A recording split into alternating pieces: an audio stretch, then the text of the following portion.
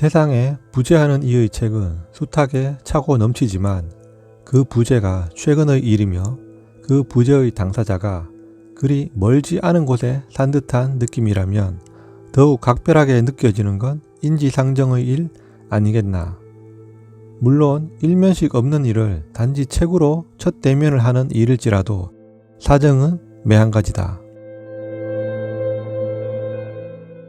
우연히 신간 소식으로 저자가 이미 지병으로 고인이 되었음을, 그리하여 유고 시집임을, 그 가운데 훗날의 장례식 같은 시가 눈에 띄어 그의 시집을 구해보지 않을 수 없게 하였다.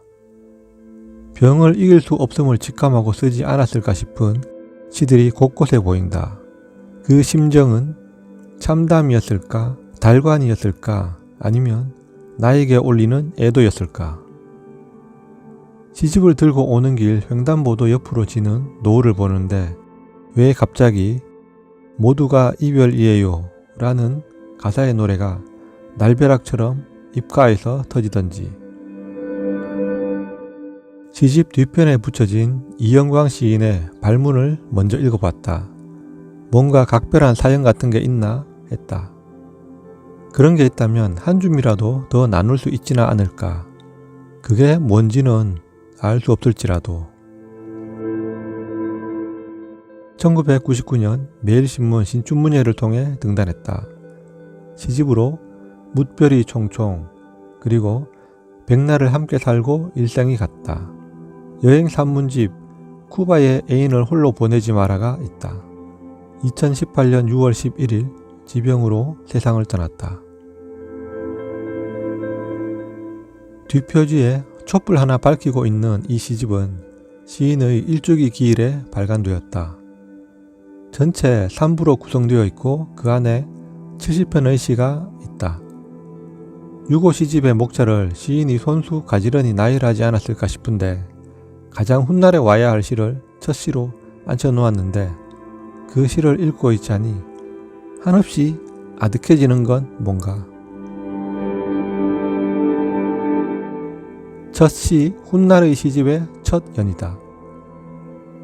필자는 없고 필사만 남겨지리라. 시인은 단 두 행으로 생과 사, 유와 무를 표현하고 있다. 짐작하듯이 시인은 없고 시만 남으리라는 전언이다. 없는 시인을 기리며 남겨진 시집을 읽는 독자는 그저 헛헛한 마음만 한가득이다. 이미 자신의 부재가 상정되어 있다. 유고 시집을 가지게 되는 시인은 어쩔 수 없는 불완전한 완결을 이루어 놓는다.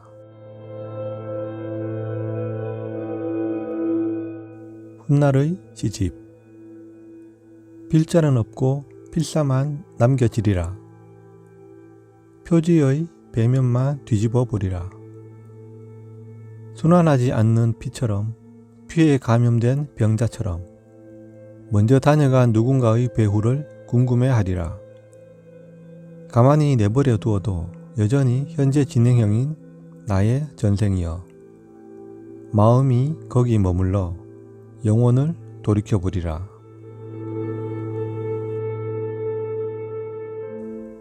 훗날의 장례식. 주인공인 나만 없을 것이다.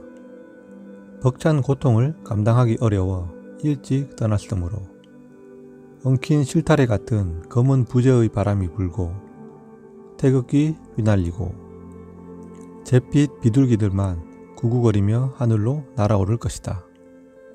무거운 공기가 이제 진짜 안녕이라며 작별을 고할 것이다. 새 없는 공중으로 검은 비가 내릴 것이다.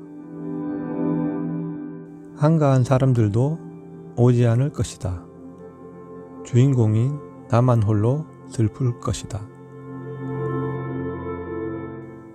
두 시의 공통점이랄 수도 있는 점이 있는데 눈치챘는지 모르겠다.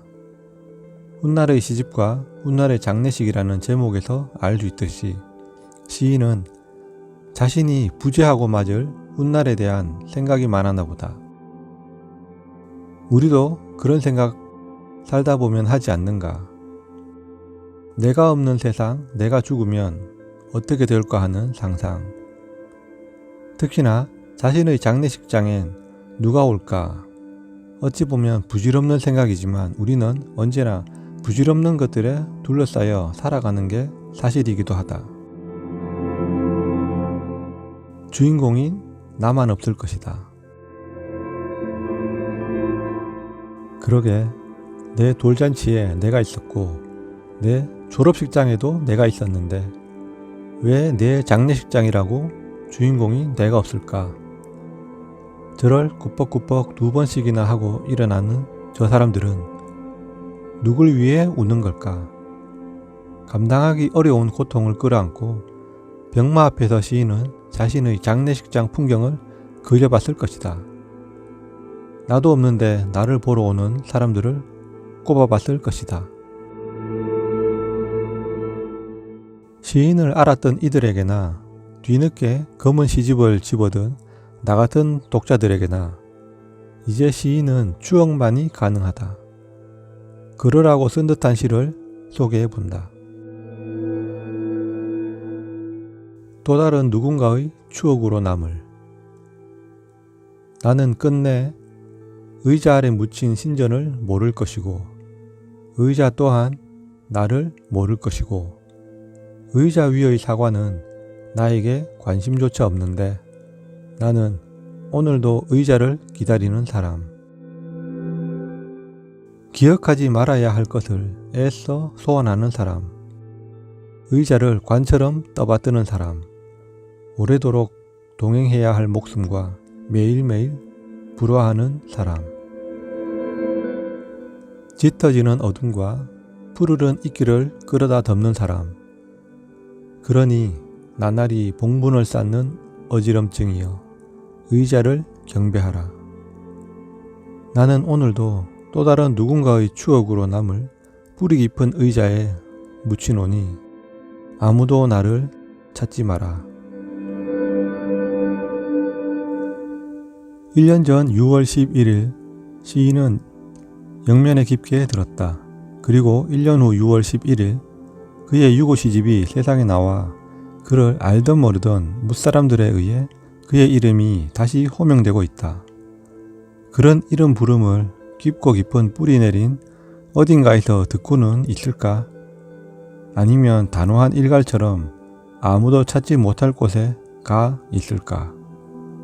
살아있는 우리야 알 수 없지만 시인의 사정에 아랑곳 없이 우리는 이렇게 시인을 찾고 있다.